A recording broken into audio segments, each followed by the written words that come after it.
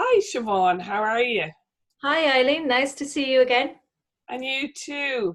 We've been thinking about what we're going to talk about today, Siobhan, and something that I thought about was, when we get into this whole arena of speaking publicly and hearing our voices and sharing our voices, I'm mindful that when you started in doing this, you were quite a shy person and quite, am I right in saying, nervous of public speaking? Do you want to talk a bit about that?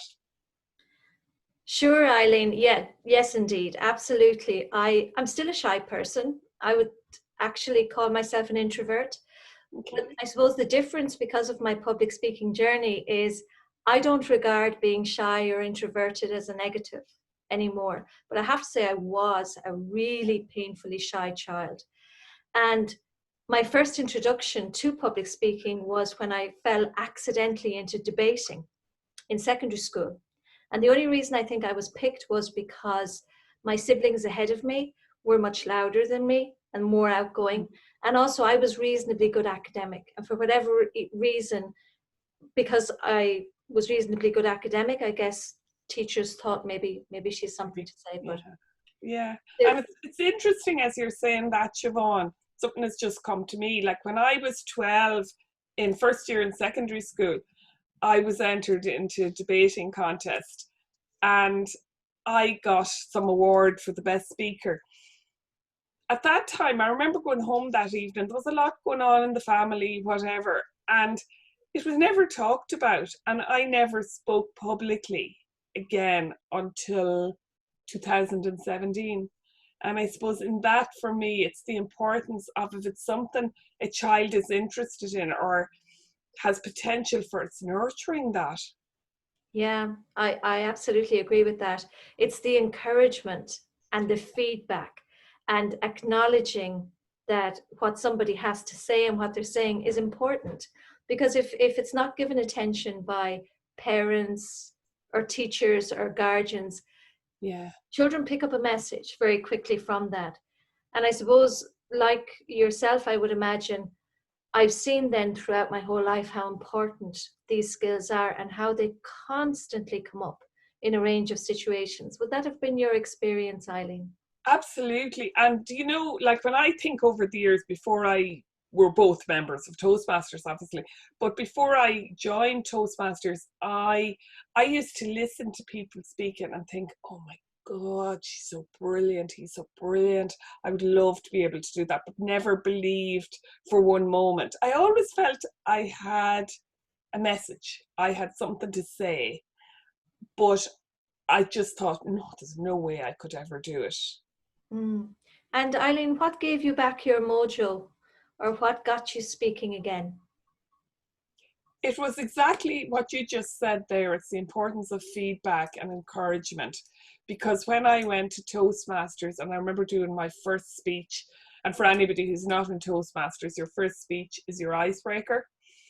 And I remember all the comments and the encouragement, and I kind of went, whoa, I can kind of do this, and it took off from there. And I'm afraid, Siobhan, once I started, I didn't stop. That's the problem. But I think the great thing about Toastmasters and the great thing about public speaking, and many people mightn't know this straight away or acknowledge it, is that when you improve your public speaking skills, especially through a kind of a structured program like Toastmasters, when you develop those skills, it's not just public speaking, it's Yeah. communication. Because Eileen, I know Mm. you love to speak, but you're also a great listener and you're a great communicator. And they're hugely important skills in the world today. Yeah. Well, thank you for that, Siobhan. But like, I suppose I don't see that very much for me. But I know, as you say, it's not just to be able to stand up in a group in Toastmasters. Like, I mean, we've both stood up in a lot bigger of groups, and it's something that it's a transferable skill. Like even in college last year, we had to do a presentation, and people were saying to me, oh my God, you can just stand up there and do it. But I can't just stand up there and do it. Well, I can, but it took a lot of work, a lot of practice, a lot of, I suppose, believing that I could, that Yeah. got me to that point. Yeah. And that's one thing that I've found over the years, even though I'm still shy, even though I still get nervous, I I do it because I enjoy doing it at a certain level, but also I believe at a very deep level that I can do it. And the reason that I believe that is because I've done it again and again and again. And it's that constant practice. It's like with any skill, it's the constant practice that makes perfect. Far from perfect here at the moment, but Yeah. always improving, always improving. And like when you think, Siobhan, like for anybody who doesn't know, we were both in an international contest last year. But when you think of that, Siobhan, what was it for you that got you, that you were able to stand up there in front of that huge audience and speak? What do you think was the biggest driver for you, or what got you to that place? That's really such an interesting question. I think that's, fundamental for anybody embarking on a public Mm, speaking journey. I'd like to, on one level, I'd like to say it was the skill development over a number of years that had to play yeah, a part in it. But I think when it comes to the crunch, and especially when you're speaking on like a world stage, like we have done, I think what comes into play there is confidence for mm, sure and self-belief.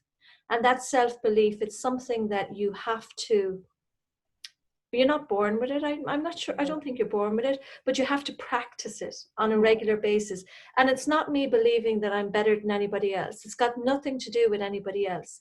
It's just me believing that I can do this, that I have an important message, and that what I have to say matters. And I think that kind of comes through the feedback that we get from peers through Toastmasters and different groups, and having a good circle of friends around you that give you good, honest feedback. yeah. But And that also, believe in you. exactly. And they help you Mm, to believe in yourself. And I suppose through the feedback and communicating back to you what they've got from your speeches or presentations, you get the message that you are connecting with people, or you're making an impact. you're making a difference. And Yeah. something came to me there was the quote, and I'm nearly sure it's Henry Ford: "Whether you believe you can or believe you can't, you're right." Am I right in quoting that as Henry Ford? That's it. Yeah. Absolutely. It Yeah, all. and like it is like, you can continuously tell yourself, no, I can't do that. I'm so terrified. I'll have a panic attack. I'll be sick. I'll be whatever. If you continuously say that to yourself, that's your conscious mind. That's what you're saying. But it eventually goes into your subconscious mind and it becomes reality. So you can choose to say that, or you can choose to say, yeah, I'll give it a go. Like I remember even that time in Norwich, like when I was preparing to go up, I was at the back of the room and I was terrified. I was feeling sick, but I kept saying to myself, I'm so excited. I'm so looking forward to this. I'm so excited, because I knew by saying that was getting into my subconscious, and that I was making that a reality. Mm. And that's a choice. And Eileen, I think you've touched on something there. You've used a lot of psychological tools and techniques. And I know myself, I've studied a little bit about positive psychology over the years. And Mm, I would use some of those tools and techniques when preparing myself for a speaking event. The whole area of visualization, visualizing myself being successful before the event even happens. yeah, Positive affirmations, telling myself, reminding myself that I can do it. And some people kind of poo-poo that and say, oh well, that doesn't carry any weight. But just think about the negative things that you're saying to yourself all the time. yeah, that You know, they're chatter. Yeah, yeah, and how they're making you feel. So yes, why would it not be that by positively speaking to yourself, you can create a different reality? yeah. Like I think that voice, I always refer to the voices on my shoulder. That voice can push you forward or pull you back. And I think we all have a little bit of a choice in that. Yeah. Exactly. Eileen, this is a topic that we could talk an awful lot more about, and I'm sure we'll have some subsequent videos about it. But what would you like the key message for our viewers to be today from what we've spoken about? Well, first of all, I wanted to say there, Siobhan, so many people have commented on the last video we did on this and the general interest in the whole area. And I suppose the first thing I wanted to say is I hope that those people and everybody else has got something from this.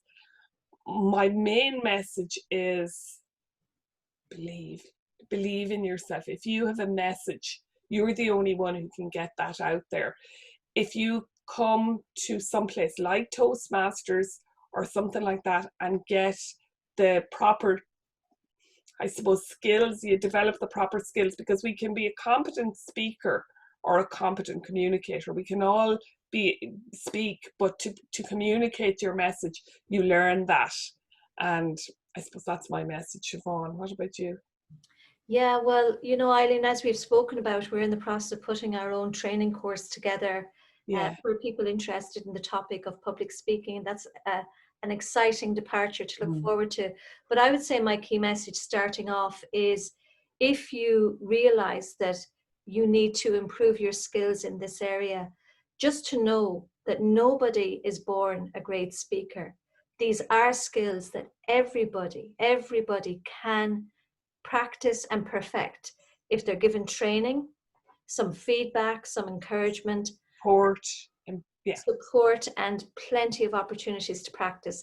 And that's something that we're definitely going to be building into our approach. Absolutely. And on that note, listen, thanks, Siobhan, and thanks everybody for listening.